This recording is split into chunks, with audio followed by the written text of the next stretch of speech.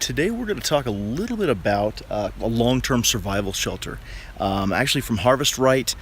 For the uses that they're made for, they are actually a pretty incredible piece of gear. So this is not light, this is not a backpacking shelter. This is specifically made for long-term shelter, meaning that the materials used are specifically UV resistant. It is a structurally sound shelter, meaning it can stave off, hundreds of pounds of snow, wind resistance, and stay up for a long period of time.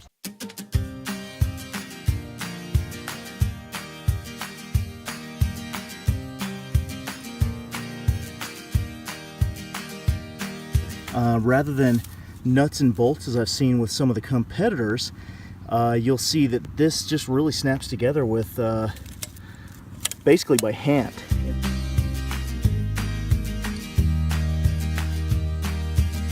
The connections are also fairly well organized. You'll notice an AB along with strictly A series, as well as the poles broken up into A's and B's.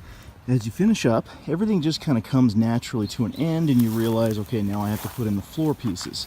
So you kind of circle those around and get everything done, and the dome kind of takes its shape.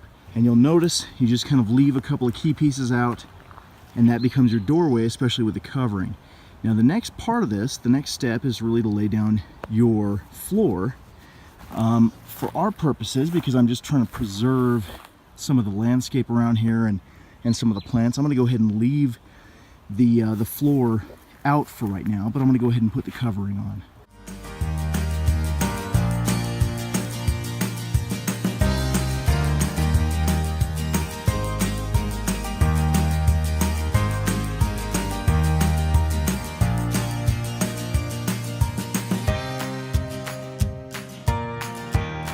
A set of pretty heavy-duty stakes is included, and using the floor mat allows the whole rig to be staked down for stability's sake. Normally the floor and the sod skirt would just tie in together, and that would just kind of keep everything nice and tight.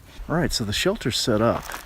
It's actually a pretty interesting design, but everything from the material down to even the fabric that's used in sewing, the actual stitching, is made to be UV resistant. It's pretty roomy. Of the three sizes, this is the smallest. It's the one I grabbed as a loaner from Harvest Right, but even so, that's still a pretty good size shelter. I mean, you could still fit several people in here, and of course during the daytime you have a very generous skylight.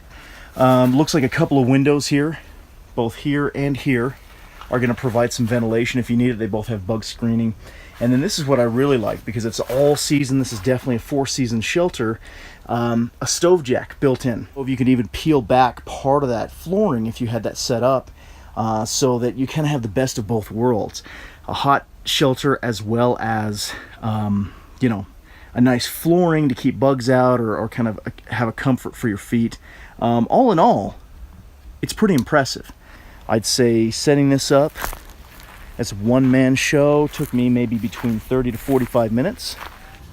All right, so I went ahead and set it up for a second time here at home. I wanted to get a sense of what the floor was like and what this would feel like, setting up maybe with some camping equipment, and we like it.